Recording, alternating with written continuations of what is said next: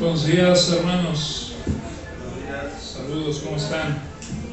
Siento un poquito caliente, ¿no? Estoy un poquito tembloroso por esa sirena sísmica que estuvo cantando hace un rato. Pero, ¿ustedes cómo están? ¿Están bien?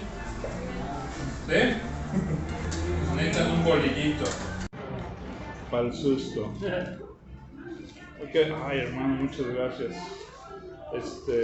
Mi Señor pagará cuando regrese. Ok, estamos en el Evangelio de Mateo. ¿Recuerdan más o menos cómo va esto que hemos estado viendo en Mateo? Es un sermón, ¿verdad?, de nuestro Señor Jesús. Y no voy a evitarles todo el contexto, pero algo que creo que es importante, más o menos entender la sección anterior y esta. Pero el tema que vamos a estar viendo hoy está ahí en Mateo 6, capítulo 6, versículos 5 al 8. Y son 3 ejemplos que da el Señor Jesús acerca de, ¿recuerdan el domingo pasado de quién predicó y de qué predicó? ¿Alguien por ahí? Pastor Eduardo predicó el domingo pasado y predicó, ¿cuál fue el tema? Las ofrendas, ¿no?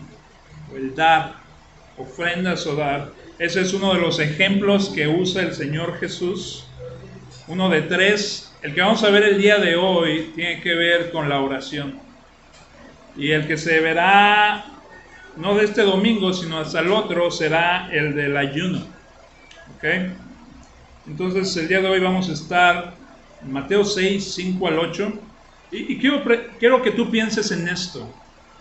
¿Cómo está? ¿Qué entiendes por oración? En México, todo el mundo, creo que todo el mundo, alguien tiene un entendimiento acerca de qué es la oración, ¿verdad? Y ¿qué diríamos que es la oración? Es comunicarte con Dios, ¿verdad? Es el tú hablar, Él escucharte, y generalmente es en un contexto de peticiones, ¿no?, hacia Él, ¿no? Cuando tenemos problemas, cuando tenemos temor o angustia, ¿no? Buscamos por medio de la oración hablar con Él. Y si ese es un concepto universal, o sea, en todo el mundo, es correcto, pero aquí hay un detalle. Y el detalle comienza en el principio. Génesis, ¿recuerdan? Siempre me gusta ir a Génesis. Y lo que nos revela Génesis es Dios como creador, creando todo perfecto y bueno, ¿no? Los árboles, los animales, los peces, las aves, las montañas, los astros, todo creado y funcionando de acuerdo al diseño de Dios. Y en esa creación sublime y gloriosa, ¿no?, que refleja la sabiduría y el poder de Dios, Dios crea algo especial y es al hombre. Este hombre refleja a Dios, es distinto a lo demás que vemos en la creación, ¿verdad? Algunos tal vez se sienten changos, pero lo que nos revela Génesis es que Dios creó al hombre, lo creó a su imagen y semejanza. Y algo fue terriblemente mal, entró la desobediencia por medio del enemigo de Dios, la serpiente. El hombre escuchó a la serpiente en vez de a su creador, y eso trajo separación. Y ahora el hombre no puede acercarse confiadamente al trono del rey. Y eso es algo que necesitamos entender. Que nosotros, pecadores, no podemos acercarnos confiadamente al trono del Rey Santo, Santo, Santo. Es peligroso. Es como tratar de meterte confiadamente a la jaula de un león que tiene mucha hambre. No te lo recomiendo. Y ese es el gran problema. Pero ¿sabes qué? Dios ha hecho algo para que esa enemistad sea quitada en medio de Él y nosotros, y podamos ir a Él confiadamente al trono de la gracia para buscar socorro en aquel día. Pero también nos enseña que no únicamente para cuando necesitamos ayuda, sino acercarnos para tener comunión con Él.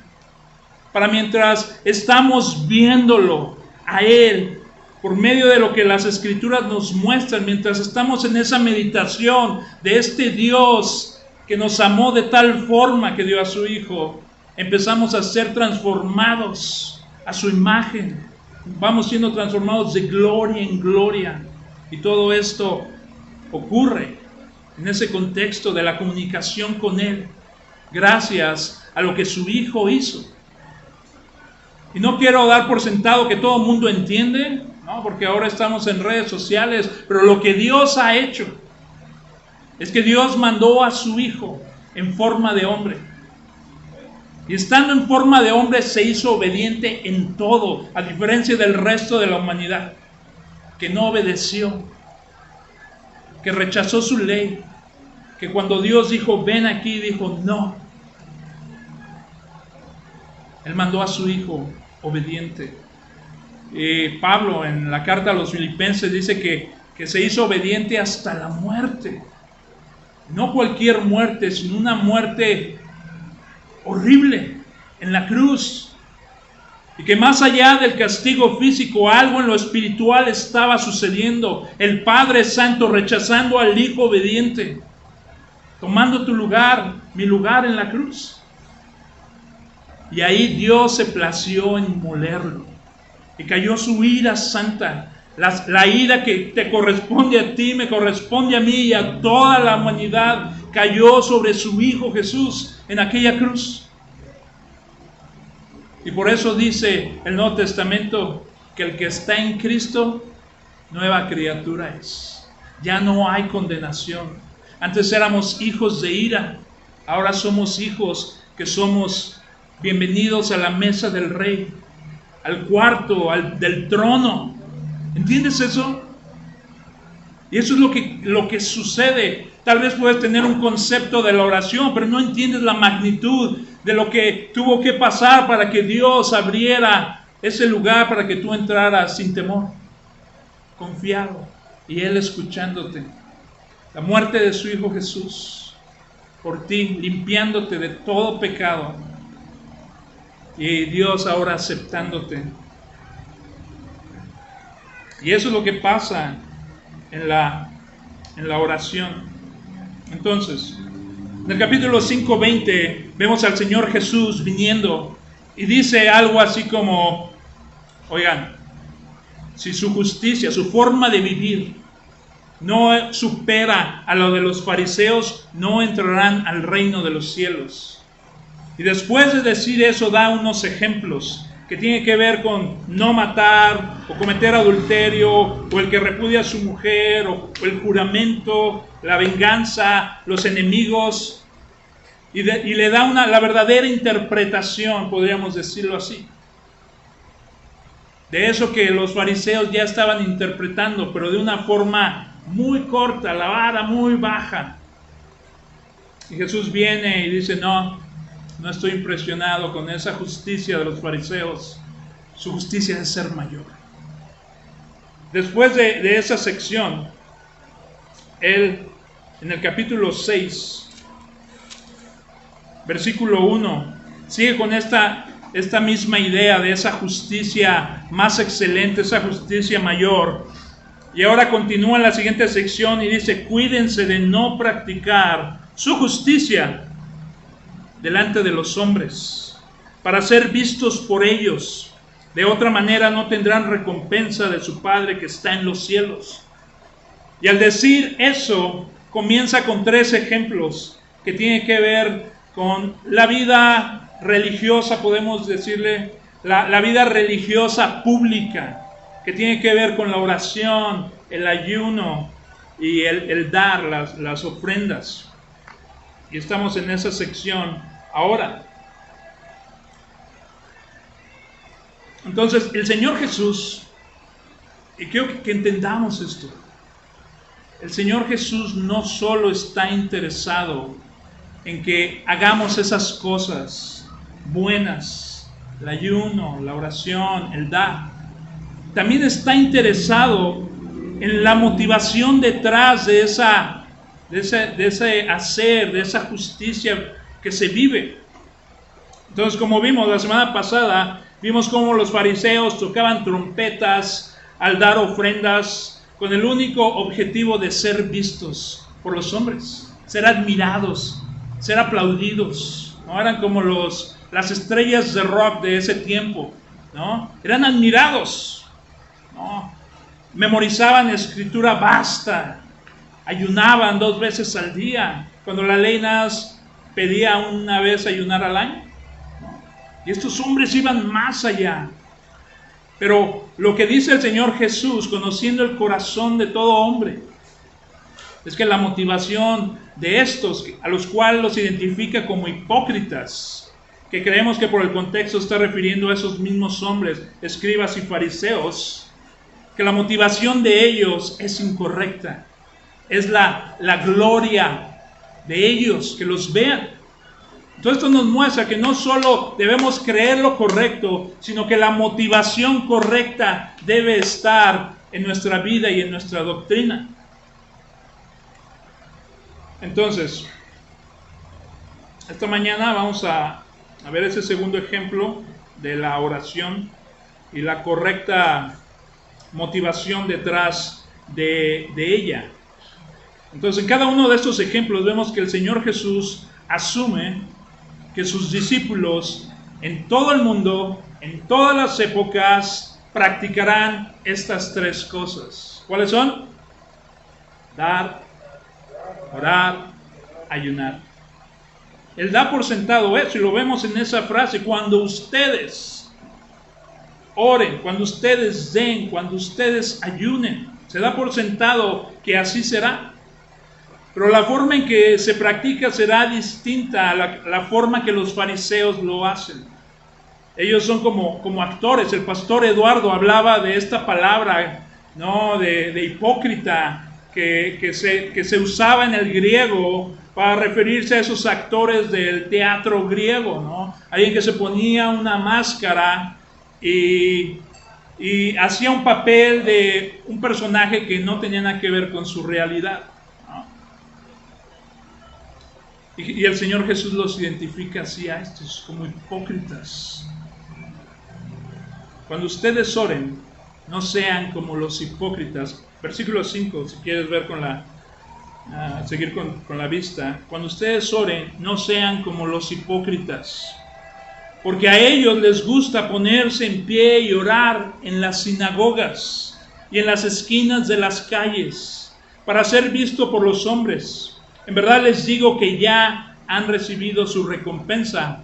Pero tú, cuando ores, entra en tu aposento, y cuando hayas cerrado la puerta, ora a tu Padre que está en secreto, y tu Padre que ve en lo secreto te recompensará.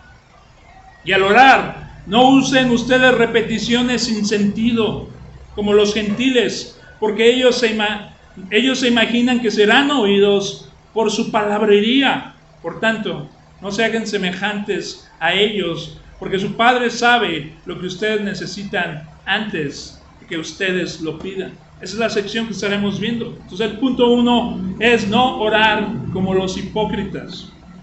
Entonces, ¿qué había detrás de esa oración falsa de estas personas? ¿Cuál era el propósito de ellos? Y hablamos de eso, ¿verdad? De que es reconocer, ser admirados por los hombres. Su prioridad o preocupación no era el estado pecaminoso de Israel, no era la situación de la viuda y el huérfano, no era ni siquiera la preocupación, o sea, ¿qué está pasando con esos gentiles que están entre nosotros, que no conocen a Dios? No era su preocupación al orar. ¿Pero por qué? ¿Por qué no les importaban estas cosas? Porque ellos estaban perdidos. ¿Recuerdas esa separación que hablé ahorita del jardín? Ellos, aunque eran parte del pueblo de Dios, el pueblo que Dios llamó su pueblo escogido entre todas las naciones, estos hombres estaban muertos. Hace rato esta Brenda en uno de los cantos decía que las cosas comunes, ¿no? Hoy ella dijo las más insignificantes, y creo que se refería a un nuevo día, el sol, todas esas cosas que damos por sentadas. Cuando tienes una vista nueva, cuando estás vivo, cuando se te ha dado ese regalo que se llama la fe, que te habilita para creer que Dios es el creador del universo y que Él galardona a los que le buscan. Cuando tienes esos lentes en tu corazón, las cosas cambian. Y ese era el problema de ellos, que no tenían eso. Trataban, es como has visto, hace muchos años alguien dijo esto. O sea, es como cuando vas a la iglesia, pues va personas que realmente han nacido de nuevo y hay personas que no, ¿verdad? En el pueblo de Israel era igual. Había personas que realmente eran piadosas y buscaban a Dios, ¿no? Por medio de los medios que Dios había dejado, esas sombras y figuras que apuntaban hacia el Mesías futuro que vendría. Y había unos que sí y otros que no. Pero alguien puso este ejemplo, imagínate, es más o menos así, me dijo. Es como, más o menos, que hayan oído el Evangelio y han nacido de nuevo. Es como alguien que trae unos audífonos y está escuchando una música y empieza a mover su cuerpo, ¿no? De acuerdo a esa música, su cabeza, todo. Y alguien que está al lado de él, que no tiene sus audífonos, lo empieza a ver y pasa suficiente tiempo con él y empieza a imitar los movimientos.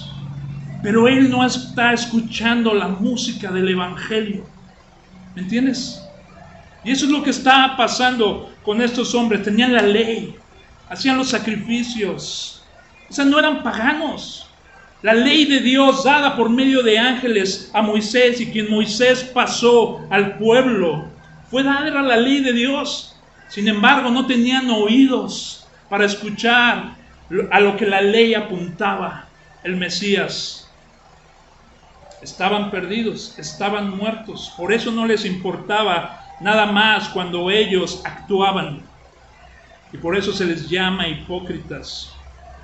Mateo 23 dice esto: pero ay de ustedes, escribas y fariseos. Este es el Señor Jesús dándoles recio a los fariseos, hipócritas, que cierran el reino de los cielos delante de los hombres, porque ni entran ustedes, ni dejan entrar a los que están buscando entrar. Ay de ustedes, escribas y fariseos, hipócritas, que devoran las casas de las viudas, aun cuando por pretexto hacen largas oraciones. Por eso recibirán mayor condenación. Ay de ustedes, escribas y fariseos, hipócritas, que recorren el mar y la tierra para ser un prosélito, un discípulo, y cuando llega a hacerlo, lo hacen hijo del infierno 2 veces más que ustedes. La cuestión aquí es que estaban enseñando algo que Dios no había mandado. Estaban añadiéndole a la ley. Y las cosas más importantes de la ley habían sido olvidadas, y eso se reflejaba en su oración. El peligro de ese camino es que no es uno en los que estos andaban solos, buscaban enlistar a otros y conformarlos a esa forma de piedad, esa forma que se veía bonita, religiosa, pero que no tenía poder contra los apetitos de la carne. ¿Has intentado algo así? Ir a cierto lugar y repetir una oración, o ir a cierto lugar geográfico porque tal vez entiendes que ahí hay más poder, o que ahí Dios realmente escucha, pero tu vida no cambia, sigues igual, ¿no? Esclavizado a tus pasiones, a tu pecado. Estos son maestros, pero son maestros de la actuación, hipócritas, los fariseos y escribas. Lucas dice esto en capítulo 12: entre tanto, una multitud de miles y miles se habían reunido, tanto que se atropellaban unos a otros. Jesús comenzó a hablar primero a sus discípulos y les dice: cuídense de la levadura de los fariseos, que es la hipocresía. Tenemos que tener cuidado con esto. Muchos de ustedes saben cómo funciona la levadura, ¿verdad? Iván y yo hemos ido a la sierra a tratar de ayudar a hacer pan. Y tenemos ahí como quién sabe cuántos kilos de masa. Y es a la antigüita, con el codo, ¿no? Fuerte, ¿no? Pesado, ¿no? Y a eso le echan levadura. Pues aquí tenemos a los expertos en esa arte perdida de amasar con sudor y lágrimas y sangre, ¿verdad? Pero lo que hace la levadura, eso que causa que la levadura se infle, nada más tienes que poner tantito. Y lo que va a pasar en esa mesa es que va a leudar, se va a inflar toda. Así es la hipocresía en la iglesia. No podemos permitir un poco, porque va a hacer su efecto en el resto de la iglesia. Por eso el Señor Jesús dice, cuídense de la levadura de los fariseos, que es la hipocresía. Así como un poco de levadura causa todo eso, así el pecado afecta en la iglesia. ¿Cómo oraban los fariseos? ¿Tienes alguna idea? O sea, ya vimos que les llaman hipócritas, ya vimos sus motivaciones, pero tenemos un ejemplo de cómo hablaban estos hombres. Bueno, en Lucas tenemos ahí un ejemplo y dice así, Lucas 18, dijo también Jesús esta parábola a unos que confiaban en sí mismo como justos y despreciaban a los demás. Se creían justos y a los demás los hacían menos, los despreciaban. Les dice Jesús esta parábola, 2 hombres subieron al templo a orar. Bueno, es el templo, suben a orar, ¿no? Son judíos de alguna forma, ¿no? Uno nos dice, era fariseo, y el otro recaudador de impuestos. Era también un judío que ahora trabajaba para este imperio opresor que llamamos el imperio romano. Y lo que hacía, alguien habló de esto, creo que fue Iván, no cobraban impuestos, pero no cobraban lo justo, sino cobraban más, y ellos se enriquecían al hacer todo esto. Bueno, uno es uno de estos, uno es un fariseo, esas estrellas de rock que en ese día operaban y eran muy admirados. Entonces, dice, versículo 11, el fariseo puesto en pie, oraba para sí de esta manera. Fíjense la oración. Dios, te doy gracias porque no soy como los demás hombres. ¡Wow! ¡Qué humilde! Estafadores, injustos, adúlteros, ni aun como este recaudador de impuestos. Yo ayuno 2 veces por semana. Recuerdo lo que le decía la ley, nada más pedía 1 vez al año. Este cuate 2 veces por semana. Yo ayuno 2 veces por semana. Doy el diezmo de todo lo que gano. Y ahora pasa a hablarnos del otro hombre, el recaudador de impuestos. Dice, pero el recaudador de impuestos, de pie y a cierta distancia, no se atrevía. No quería ni siquiera alzar los ojos al cielo, sino que se golpeaba el pecho diciendo, Dios, ten piedad de mí, pecador. Les digo que este descendió a su casa justificado, pero aquel no, porque todo el que se engrandece será humillado, pero el que se humilla será engrandecido. ¿Cómo ven eso? Pero después dice, pero tú cuando ores, pasa de hablar de estos hipócritas, a hablar a sus seguidores, a sus discípulos, a los que son parte del reino de los cielos, y les dice, pero tú cuando ores. Y recuerdas que te decía, ¿qué idea tienes acerca de la oración? ¿Cómo es tu vida de oración? No contestes. A veces no podemos tener la idea correcta. A veces debido al trasfondo del que venimos tenemos una idea incorrecta acerca de la oración. Pero aquí el Señor Jesús nos está enseñando qué debe pasar cuando oremos. Y dice, pero tú cuando ores, entra en tu aposento.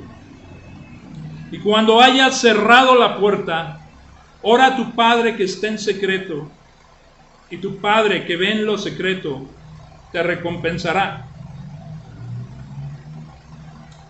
Entonces, algo que llama la atención, bueno, esa palabra, nada más rápidamente del aposento, a veces podemos entender lo que es como tu cuarto o algo así, pero realmente lo que significa es un lugar cerrado, ¿no? Algunos piensan que es un lugar donde se guardan tesoros, cosas de valor, o algún lugar como una bodeguita, que no era pública, que estaba cerrada, ¿no?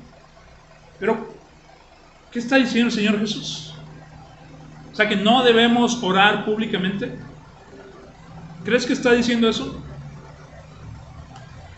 Bueno, anoche platicando con mi esposa, sí, había algunas personas que llegamos a conocer que creían algo así, algo distorsionado, que debido a este texto lo que dice que tú no debías orar públicamente, porque orar públicamente pues no era bueno debido a lo que este texto decía. Pero realmente no es lo que quiere decir el Señor Jesús. Bueno, el Señor nos está enseñando que la oración nunca debe ser pública con la motivación de ser llenados, ¿no? De ser admirados, de buscar esa palmadita en la espalda. Nunca debe ser esa la motivación. Y créeme, eso puede pasar. Cuando tenemos fechas, y no digo que esté mal, pero cuando tenemos un día al mes donde se nos llama a reunirnos para orar, se puede dar este entendimiento de que no tengo que ir, porque si no voy los hermanos van a pensar esto o aquello de mí. Y entonces, sin darte cuenta, esa se vuelve tu motivación de ir a orar. O tal vez lo que vas a decir. Tienes tanta preocupación de que te vas a parar aquí enfrente a orar, que te empiezas a enfocar en las palabras o la elocuencia de tus palabras para apantallar a los hermanos, ¿no? Se puede dar eso y tenemos que tener cuidado de eso. ¿Es bueno tener un día de oración al mes, a la semana? Claro que sí. ¿Es bueno orar todos los días? Sí. ¿Podemos orar públicamente? Sí. ¿Necesito tener una bodeguita donde guardo mis tesoros para ir a orar? No. O sea, la oración es hablar con Dios, ¿no? Hay un video que me sale recurrentemente cuando entro a YouTube, es como una publicidad, y dice algo así como, ¿vas a orar? Tómate 3 minutos para pensar, es algo increíble, ¿no? Y ya estoy oyendo eso, ya quiero que pasen los 3 segundos para adelantarle, pero es la verdad.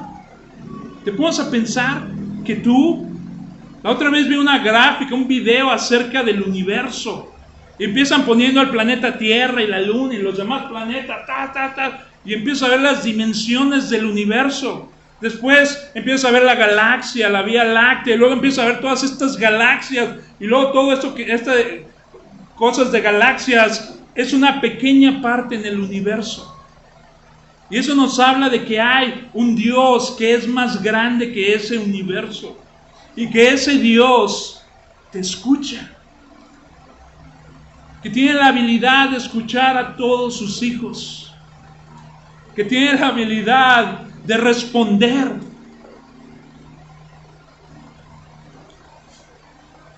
Ese es nuestro Dios, con el cual hablamos.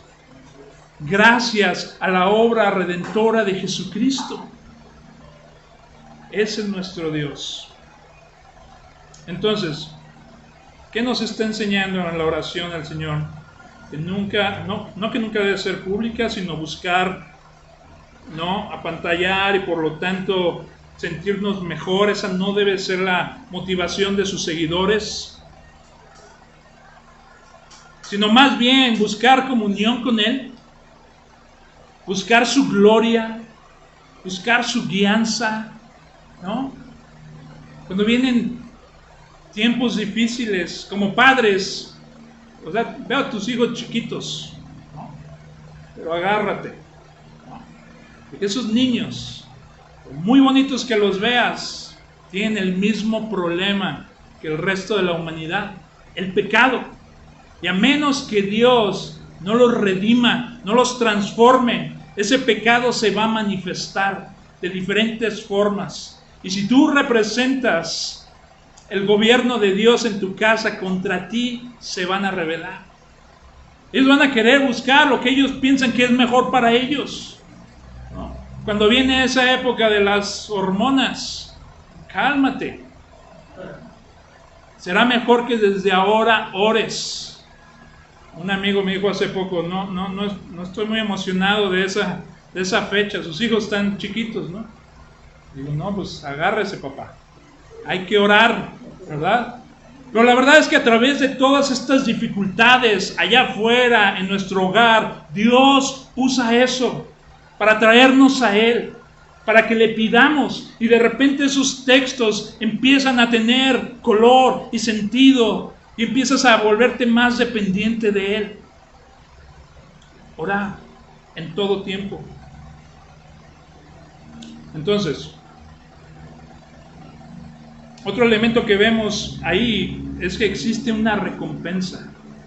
Los que oran nada más para que los hombres los vean, el Señor Jesús dice que esa es su recompensa.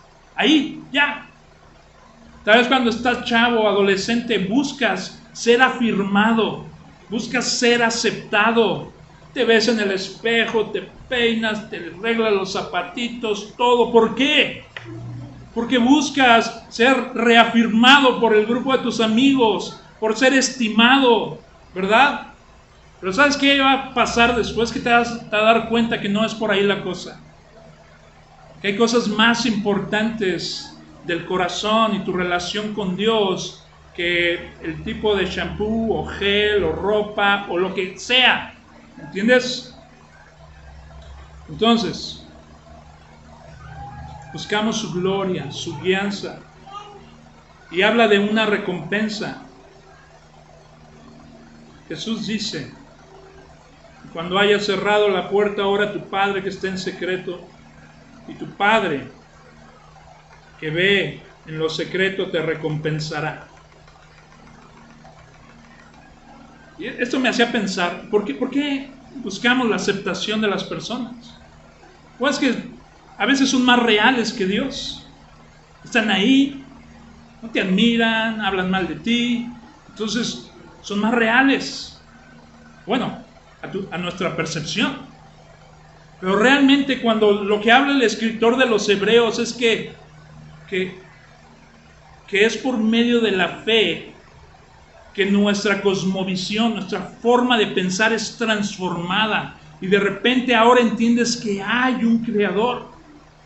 Que no hubo una explosión y todo se empezó a formar ahí, después que antes era changuito y ahora ya no, millones de años y todo ese rollo. Te das cuenta que no es así. Que Dios con el poder de su palabra creó todo. Y que este Dios que creó todo, ahora tú te galardona cuando lo buscas. Él es galardonador. Entonces este cambio algunos dicen, el pastor dice de chip, ¿no? Este nuevo forma de operar, este sistema operativo que es cambiado. Y ahora tienes ojos para ver cosas que antes no veías. Y ahora te preocupan cosas que antes no te preocupaban. Y Él es el que galardona. Entonces ahora, entendiendo que Él rechaza al orgulloso, ¿no? Pero que da gracia al humilde, que su oído está atento para la oración de sus hijos, de los humildes.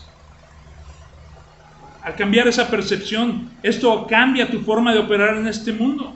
Y ahora puedes, en lo secreto, aunque nadie te esté viendo, orar. Entonces, ¿pero qué de esas recompensas? ¿Qué son? Bueno, el texto inmediato no nos indica claramente qué es. Pero podemos decir que es que Dios responde a la petición, a esa petición que haces en secreto. También habla en otros lugares de galardones en el futuro, depende de cómo vives tu vida hoy aquí en el mundo. Pero aquí pienso, pudiera estar equivocado, pero es que responde esas peticiones en secreto. Y por ahí alguien puede decir, o sea que nada, tengo que hacerlo en secreto. Y Él me puede dar ese carro, ese novio, no, esa casa, me puede, no. esa no es la onda aquí. La onda es que cuando nos motivamos realmente por Él, por su gloria, sabes que tu oración, lo que te llama a ti, lo que te gusta, o como un famoso amigo dice, lo que te hace ruido, ahora tiene que ver con lo que a Dios le interesa y le gusta, su gloria. Y dice Lucas 11, así que yo les digo, pidan y se les dará. ¿Ves? Dios quiere dar, quiere que pidamos. Él quiere darnos como sus hijos. Busquen y hallarán, llamen y se les abrirá. Porque todo el que pide recibe, y el que busca halla, y al que llama se le abrirá. Tanto así quiere darnos, que dio a su Espíritu Santo. Dios habitando ahora dentro de su pueblo, y ahora es considerado un templo su pueblo. Entonces, obviamente no significa que va a contestar positivamente a cada cosa que pidas. Santiago lo puso así: ¿de dónde vienen las guerras y los conflictos entre ustedes? ¿De dónde? ¿No vienen de las pasiones que combaten en sus miembros? Ustedes codician y no tienen. Por eso cometen homicidio. Son envidiosos y no pueden obtener. Por eso combaten y hacen guerra. Escucha, no tienen porque no piden. Piden y no reciben porque piden con malos propósitos para gastarlos en sus placeres. Entonces la oración del pueblo de Dios está en sincronía con el carácter de Dios y sus deseos. Y ahora encuentras deleite y placer en ello. Pero a ver, vamos a ser honestos. ¿Experimentaste eso esta mañana? Placer, deleite, ¿no? De que su evangelio llegue a los confines de la tierra, y que ya con los talibanes, que llegue y transforme.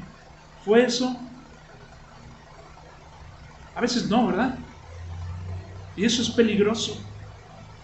Necesitamos estar en sincronía con Dios, y eso pasa por medio de su palabra y del Espíritu Santo. De venir aquí y ser expuesto a estas verdades para que tu corazón empiece a inflamarse de los deseos de Dios. Y aquí Jesús está instruyendo, ¿eh? Cuando ustedes oren, hagan así, que no sea esto, sino más bien aquello. Y hoy estamos siendo instruidos. Después dice, orando a nuestro Padre soberano. Dice versículo 7, y al orar, no usen ustedes repeticiones sin sentido. Versículo 7, ahí, capítulo 6, versículo 7. Y al orar, no usen ustedes repeticiones sin sentido, como los gentiles, porque ellos se imaginan que serán oídos por su palabrería. Entonces, ¿qué está diciendo el Señor Jesús? Que no oremos como los gentiles. Y tú dirías, somos gentiles, no somos judíos, oaxaqueños, chilangos, ¿no? De allá de Washington, de San Rosarito, ¿cómo se llama ese lugar? Rosarito, California. Ay, de allá donde hacen los tacos de pescado. Somos gentiles. Pero aquí se refiere a los gentiles paganos, esos que adoraban dioses falsos. Y algunos ejemplos que tenemos de eso, ahí en Primera de Reyes, capítulo 18. ¿Recuerdan esta escena donde está, ¿quién es Isaías? O Elías, ¿no? Elías, profeta Elías, ¿no? Y dijo, ahora sí vamos a ver quién es Dios, ¿no? Y les dice que armen acá, ¿cómo se llama? Se me olvidó el altar, ¿no? Y que el Dios que responda y prenda eso con fuego, ese va a ser el verdadero Dios, y a ese van a seguir, ¿no? Y ahí están los profetas de Baal, ¿verdad? Que no recuerdan, como 400, pero no nada están ellos, ¿no? También están los de Acera, que eran como 300. El chiste es de que están estos gentiles paganos, Y empiezan, bueno, te lo voy a leer lo que dice. Entonces tomaron al novillo que les dieron y lo prepararon. Es lo que se va a dar como sacrificio a Baal, ¿no? E invocan el nombre de Baal desde la mañana hasta el mediodía, diciendo: oh Baal, respóndenos, oh Baal, respóndenos, oh Baal, respóndenos, oh Baal, repitiendo desde la mañana hasta el mediodía. Pero ¿sabes qué pasó? No hubo voz ni nadie respondió. Y danzaban alrededor del altar que habían hecho, y creo que hasta se empiezan a lacerar y le empiezan a dar más fuerte a su oh Baal, manifiéstate, y nada.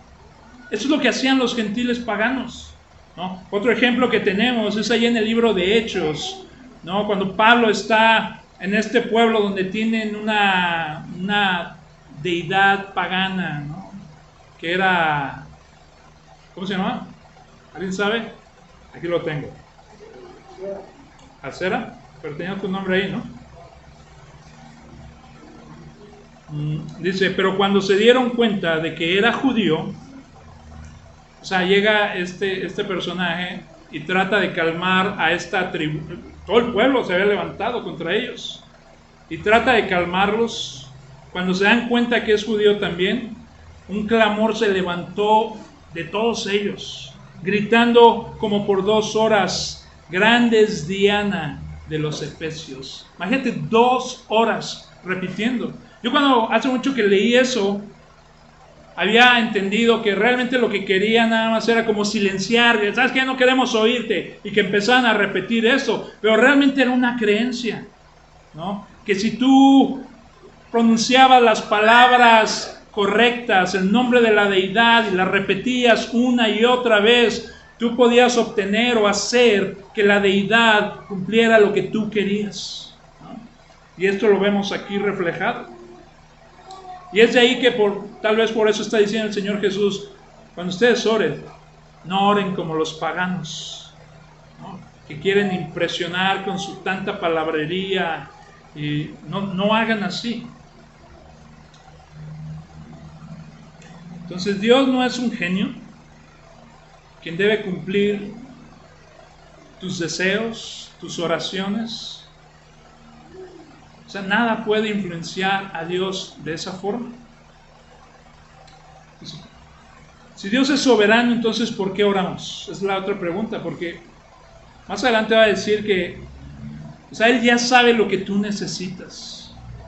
Él ya sabe lo que tú necesitas, así que no tienes que impresionarlo de esa forma, como lo hacen los paganos. Bueno, las Sagradas Escrituras claramente enseñan que Dios es soberano. ¿Entendemos lo que es soberano? Es que Él hace lo que Él quiere hacer. No hay nadie que le diga: oye, mira, te convendría mejor hacer esto. No. ¿Por qué? Porque Él es sabio. Él está fuera de este mundo, de su creación, está fuera de tiempo. Él puede ver todo. Él es soberano. Nadie le dice: haz esto o aquello. Dice en Efesios, dice: también en Él hemos obtenido herencia, habiendo sido predestinados según el propósito de aquel que obra todas las cosas conforme al consejo de su voluntad. Todos los habitantes de la tierra son considerados como nada, mas Él actúa conforme a su voluntad en el ejército del cielo. Y entre los habitantes de la tierra nadie puede detener su mano ni decirle: ¿qué has hecho? ¿Te das cuenta? Eso significa que Dios es soberano. Pero por otro lado, o sea, la pregunta es: ¿por qué oramos? Si Él ya sabe lo que necesitamos, si Él sabe todo, ¿por qué estamos orando? Mejor me quedo callado y Él me va a dar lo que necesito, ¿no? Bueno, el otro lado de la moneda es de que también hay este espacio donde nosotros, los seres humanos, tenemos parte en orar y hacer otras cosas. Pero lo más increíble, o sea, ponte a pensar, Dios ha planificado hacer algo antes de que creara el universo. Y después formó la creación y ahora estamos tú y yo aquí. Y esa voluntad perfecta que Él decidió hacer en la eternidad pasada, ¿sabes cómo la hace? Muchas veces por medio de la oración de su pueblo. Así es nuestro Dios. Algo interesante es que Dios no necesita nada, ¿verdad? Él es algo que dicen los teólogos, es que Él está completo en sí mismo. Antes de que creara el universo, vasto y grande, y planetas y criaturas, Él no necesitaba nada de eso. Algunos piensan que Dios te creó a ti porque se sentía solito. Pero la verdad es que no. Él está completo en sí mismo. Y Él es una comunidad. ¿Recuerdas la Trinidad? ¿No? Padre, el Hijo y el Espíritu Santo. Esta comunidad que se aman y se dan gloria a sí mismos por toda la eternidad. Él no necesita a nosotros. Bueno, ya creó todo. Tampoco nos necesita para llevar su voluntad, ¿verdad? Para cumplir su voluntad. ¿Has oído la Gran Comisión? ¿Qué significa eso? Es que el mensaje del Evangelio de Cristo vaya por toda la tierra, todo hombre y mujer lo escuche, y así Él poder redimir a sus escogidos para la vida eterna. Él lo puede hacer sin nosotros. ¿Estás de acuerdo con eso? Él todo lo puede, todo lo sabe, nada está oculto para Él. Él puede hablar de tal forma que no te duermas. Él puede hablar de tal forma que no te distraigas. Él puede hablar de tal forma que tus pecados sean tan reales y caigas en este momento en el piso llorando, aterrorizado. Y Él puede hablar de tal forma que puedas creer en ese evangelio, en ese Hijo perfecto que murió en aquella cruz que no has visto con tus ojos carnales. Sin embargo, lo que hace Dios es una locura. Redime a sus enemigos, los perdona, los salva, los transforma. Y ahora le dice, quiero que ustedes junto conmigo llevemos a cabo esto, la redención de mi creación. Y aquí estamos tú y yo, escuchando esto, buscando ser transformados y ser enviados para cumplir nuestro trabajo allá afuera. Es lo increíble de esto, que Dios cumple eso por medio de la oración. Dios ha transformado naciones por un grupo, a veces un individuo que se ha puesto a orar. Decir, Dios, dame ese país. Dios, yo quiero que ese país sea transformado. Dios, constantemente. Esa es la razón por la cual jóvenes que no tienen esperanza, que están esclavizados, y la mamá dobla rodillas y dice, Padre, salva a mi hijo, transfórmalo, perdónalo. Esa es la razón por la cual las esposas oran por sus esposos que se ve que no tienen forma de ser transformados. En ellos no hay ningún sistema afuera del evangelio que pueda transformarlos. Pero esa es la razón, porque hombres que son alcohólicos, que están en drogas, de repente algo pasa en ellos. La oración. Dios haciendo su voluntad en individuos por medio de la oración. Para que no se me duerman. Necesitamos crecer en eso, hermanos.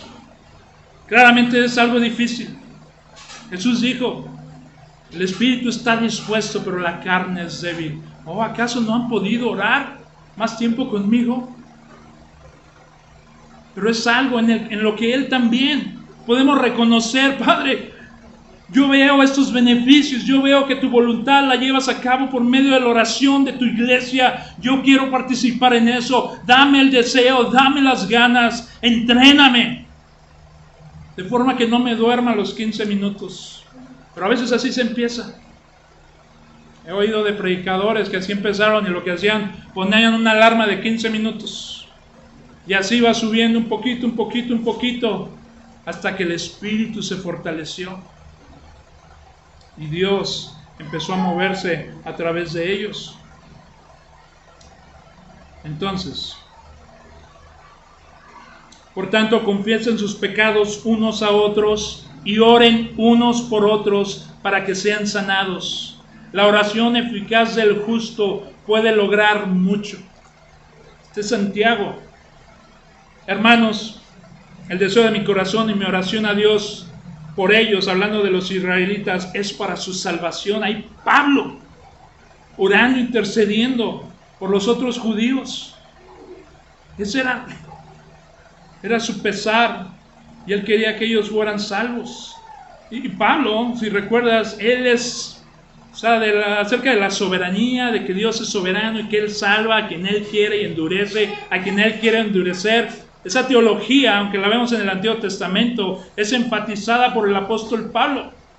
Algunos hermanos han caído en el error del hipercalvinismo, que dice, bueno, Dios es soberano, Dios ya sabe a quién salvar, yo me puedo quedar aquí en el silloncito, no hago nada, de todas maneras van a ser salvos. No, Dios te usa a ti para cumplir su diseño, sus designios. Entonces, para terminar, hermanos, pon a pensar, recuerda tu vida de oración. No tienes que decir, nada, recuérdalo. ¿Cuántas veces has orado esta semana? ¿Por cuánto tiempo? Y no queremos volvernos fariseos aquí. Tenemos que tener cuidado de eso. Pero piensa en eso. ¿Cómo la forma en que oras y tu vida de oración refleja quién realmente crees que es Dios y qué tipo de poder tiene para responder tus oraciones?